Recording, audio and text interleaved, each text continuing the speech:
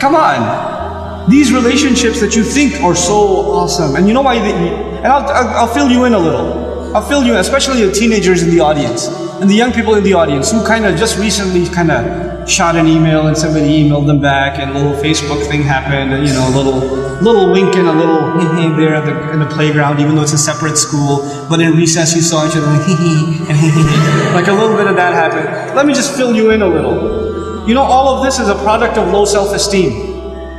You think you're ugly. So if a guy thinks you're cute, you're like, really? I'm beautiful?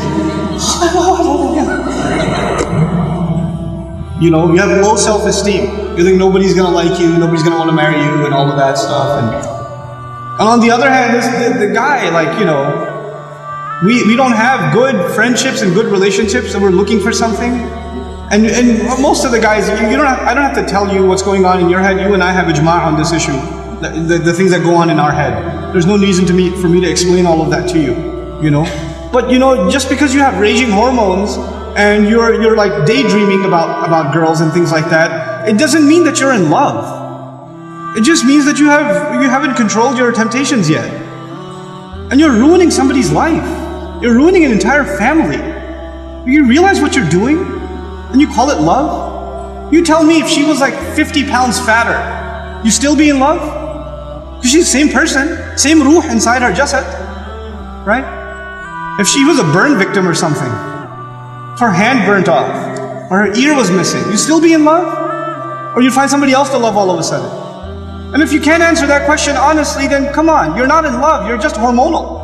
That's all you are, This is what we've done to relationships that are supposed to be beautiful. Marriage is supposed to be a beautiful relationship.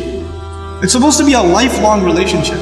But because you're watching all of these models on TV and stupid women that are just throwing themselves at men and all this stuff, and you've developed this delusional concept of what it means to have love in your life. Delusional concept. Our deen came to free the world from this nonsense. To free it, because we have a more mature understanding of what it means to have love in your life. To have. I'm not saying you shouldn't marry someone you like. You should. You should be attracted to your future spouse. All of those things are fine, but there's a decency that you have to exhibit before then. And if you're okay with talking to a girl like that, you should be okay with somebody talking to your sister. You're okay with that too? Not if you have any ounce of decency left inside you. If you do, then this is how we have to end these things. And if you've been in that kind of relationship, or you're in one of those relationships right now, nobody knows. Only Allah knows and you know. Don't raise your hand, please. Right? But I'm saying, you're like, after today's lecture, I have decided I no longer want to be your friend. Don't even write that, because even then you're looking for a response. You're kidding yourself.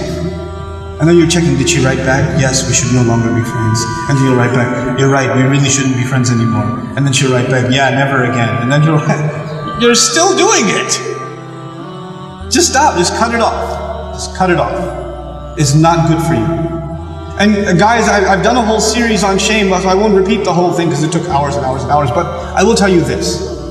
It's okay to be attracted to a girl. Allah put that in you. You're not evil for finding a girl beautiful. It's not haram for you to feel that way. You have to control it though. You have to control yourself. Our deen teaches us self-control. And if you cannot exhibit self-control in one aspect of your life, you'll lose self-control in other aspects of your life. Same thing for you. Same thing for you. Control yourself. Control your giggle. Control your overly friendly demeanor in certain situations. Don't be oblivious to, don't say we're just friends, or he's like a brother to me. If he ain't your brother, he ain't your brother. That's it. That's it.